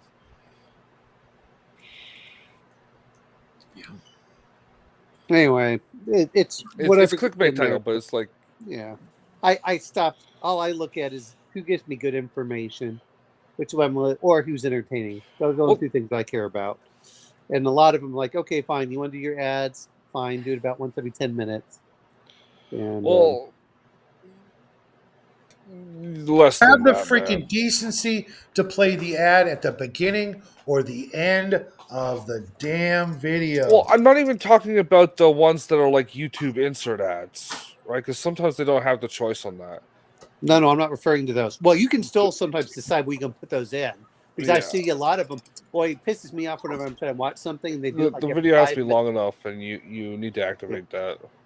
Yeah, but what I mean is you can tell when they do it every 5 minutes. That's when I get pissed off. Oh, yeah. As far as, like, if I'm listening to Tucker Carlson, he puts one in, like, fine. I can skip over it, but I'm usually listening to the speaker anyway, so that's what I want. It's like, okay, what is this person saying? But some of it is just the outrage stuff I'm just tired of. That's my big thing. Give me like people actually talking about real events or games, like or being attacked by a demon, and or if it's in a good game, that's fine. No, Tucker Carlson said he was attacked by a demon. I saw that one. I saw that one. And then it left scars on his body. Yep. I can buy it. No. I know you don't, but I can. That's one of the few woo-woo stories I've heard in the last year that I'm like, yeah, I could picture that. I believe in demons, but I also don't believe they have to interact with our world through humans. They can't be here physically. The closest thing you got to a demon are those super powerful angry ghosts. And those they call demons, but if those were demons, they could fuck with humans far more than they can. How was your burger? Oh, I had burgers too for dinner. Yeah, I know, right? He comes home from school and then goes off and has burgers without me. Burgers. I know. Well, hey, tomorrow's burger night, so I can wait. All that means is more burgers that Jackie can eat. Well, I am kind of on a diet, trying to lose some weight and stuff, so it's all just right. eat a burger. Yeah, I know. No bun. You know what? I'm getting ready to put that back on our bi-weekly meal rotation. Just, big old freaking giant hamburger, grilled onion in the broiler. Some lettuce to pick it up with. Yeah, yep. No bun. That's how I used to eat my burgers for like a whole year. until I got tired of telling everybody, "Hey, don't fucking slice the head of lettuce because then it makes it harder to wrap the burger. You need the full leaf." They'd take a freaking knife, a metal knife, mind you, and just hack off a big chunk of the lettuce, which ruins the head. You should never use a metal knife on lettuce ever. I mean, unless you're going to eat that entire head of lettuce then and there, or you peel off the leaves and then chop the leaves, that's fine. But otherwise, it starts changing the color of the rest of the lettuce if you don't finish it. Yeah, get the romaine, not the iceberg, because it's easier to rip a leaf off than cut. And you can still do the burger thing, and you can do the burger thing with just the one leaf. You just pull it off and just fold it. Yeah, I actually like iceberg lettuce better, the head of lettuce, versus the other. I just didn't grow up eating that. Yeah, it's just darker and loose. I know. Easier to clean too.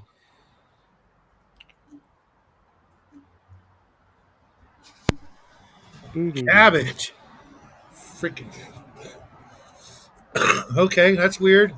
I can't do cabbage at all. It's official. Yeah, I don't like the taste. Brian is a communist, and he needs to go to the gulag.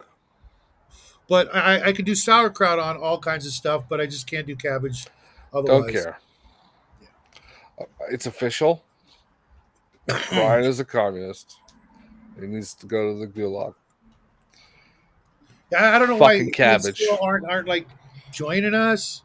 They know where the link is. We're just chilling. Yeah. Okay. See, both of you two just regard what I said. Nice and crispy. Cabbage. Growing up, cabbage was like a punishment for us, or we were broke, and then watched it. The only good cabbage thing we ever did was the cabbage roll, where you make the rice and the beef with the tomato thing, and you roll it in the cabbage rolls. Maybe you got the peppers and the onion in there. I don't know. Also, reading and watching Charlie and the Chocolate Factory, where that's all they ever ate was cabbage. But that's just like broiled cabbage, because it was like it grows fast and everywhere. But do you know what a cabbage roll is, bro? Yes, I've never had one. Okay, it's basically you take the cabbage leaf, and you make an egg roll, but with beef and rice and onion and pepper and whatever you want to put in there. I thought pigs in a blanket were sausage wrapped with a biscuit. Yeah. I believe that is what that is, and then you steam them, and then you serve them with a hearty tomato sauce. Yeah, I thought stuffed cabbage was different. I'm used to stuffed grape leaves. Yeah. For us, it was stuffed bell peppers. Mm-hmm. Turns out red are better for that, but my parents didn't know any better. Oh, you know what I like is stuffed chicken. Stuffed chicken. That's right. You came out here. Yeah, cordon bleu. Well, that's other thing. Chicken Kiev. There's you've got a bunch of other stuff out there too. I like the ones that are what they call armadillo eggs. So that reminds me. It's almost time to make some fucking deviled eggs. Oh yeah. Oh yeah. I'm gonna make like 50 I guess maybe you could batter them afterward, and then deep fry them. That sounds pretty fucking tasty too. And then serve them with a cheese dip. Oh dear God. Yeah, we're doing baby back ribs for Thanksgiving this year. That would be a great side for baby back ribs. Oh yeah, it would.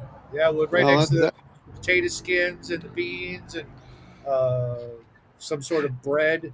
Now, if you skewered the eggs, you got like the skewers, you put them in there. It would make it easier to do the the egg wash and bread roll, and deep fry them. Oh yeah. And then you can dip them into the cheese dip and eat them off the skewer. I did not know Just that. one on each. Yeah. I see myself stabbing myself in the mouth. Don't. I just take the egg off. I honestly picture no one eating the ribs because they're eating nothing but the freaking deep fried eggs. Just saying. Well, only if your ribs suck. Oh, my ribs like they don't know. No. Your ribs are good when you pick the bone up and the meat stays on the plate. Yes. That's how they're supposed to. That's yeah. You Exactly. literally need like a spatula to get them out of the pan. You know what? My favorite are beef ribs, though. You need to You can eat get your good ribs beef with a ribs. fork. Oh yeah. Yes. With this beard, are you kidding? Which, by the way, is disappearing on New Year's Eve. So stay tuned. If you need to gnaw your rib meat off the bone, someone failed. done fucked up the ribs. Yeah, they just haven't been cooked long enough. Yeah, no, they're undercooked. Are slowly enough. Yeah, They're just undercooked. That's all. I usually cook mine about 5 hours, slow cook. Yeah. I think I do mine for about 12 to 18 hours.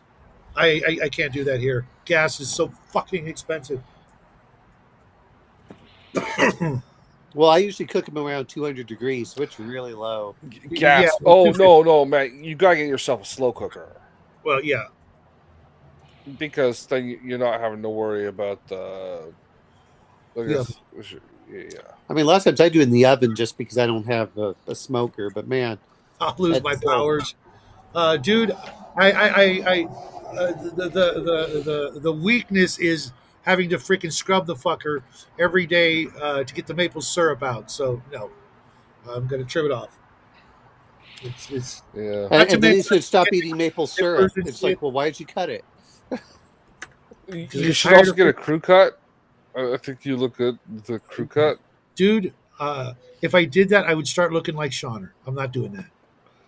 Dude, we need a replacement. He's just going to cut his hair to give it to Locks for Love or whatever. So he can shave his head. No, I'm actually doing that. When I do the convention in Texas, which will be like probably 2027, it looks like. Okay. I'm literally gonna shave my head for charity. Well, your hair's too thin. That is nice. Well, I mean, they it's still thicker than most of the people that need it. Yeah, right. Somewhere out there's a little girl who just had to shave her head because she has cancer, and she really wants to have gray hair. It's not gray. It's platinum blonde. Don't you know that it's platinum blonde? Platinum. with flecks of salt and pepper. Stop eating like an animal, dude. It's just waffles. This guy's never had maple syrup before. That's what it fucking Brian. You might not make that date. Well, if not, then they can shave my dead corpse and I'll put it in the will. But either way, Crockpots.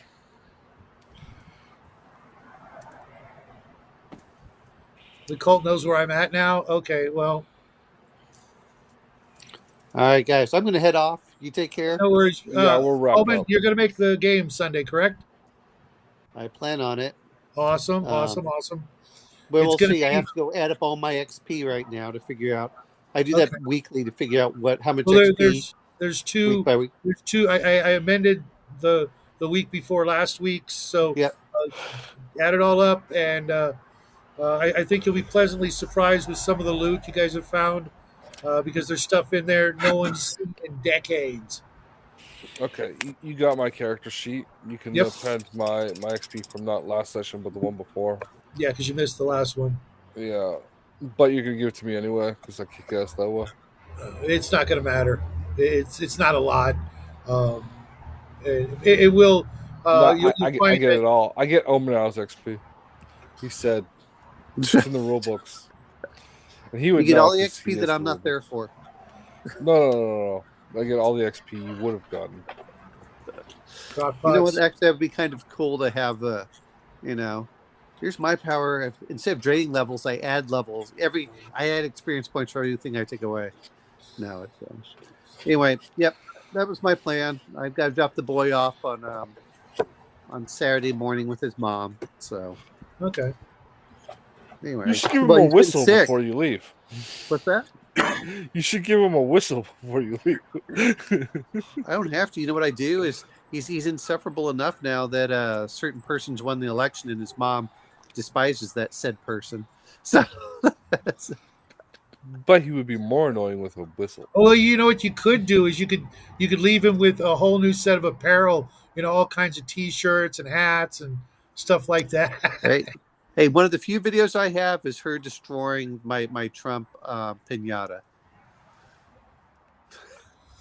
Well, Yeah. I mean, it's supposed to be destroyed. I mean, that's it's you a know. pinata. I saw that Yeah, video. we've Well, made that's the whole I point. thought you were a raging liberal when I saw that. Actually, I believe that everyone needs to be made fun of. I don't care which absolutely. side. Even if I supported you. Yeah. Why do you think I always call Shadow gay?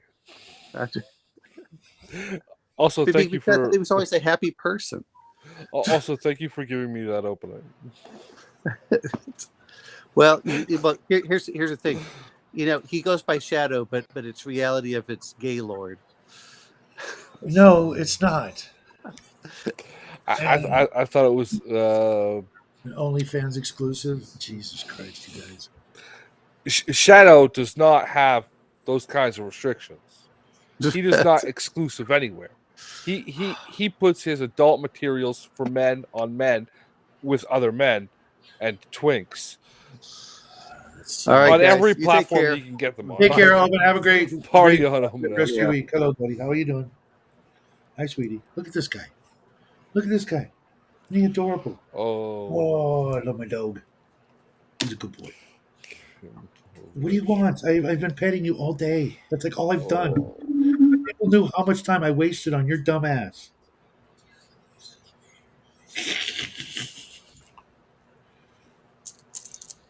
So, how far are you guys in your stories for tomorrow? Well, someone cowered out because boobies are too scary for them. But I'm doing pretty good. Right on. I think I made it to page 4, maybe. I'm into the second chapter, and now it actually gets to the fun part because they actually made it to the new world. I haven't seen Raven. She wrote a little bit, but yeah, she needs to spend a little more time. Yeah. No, Squirrel. He does not.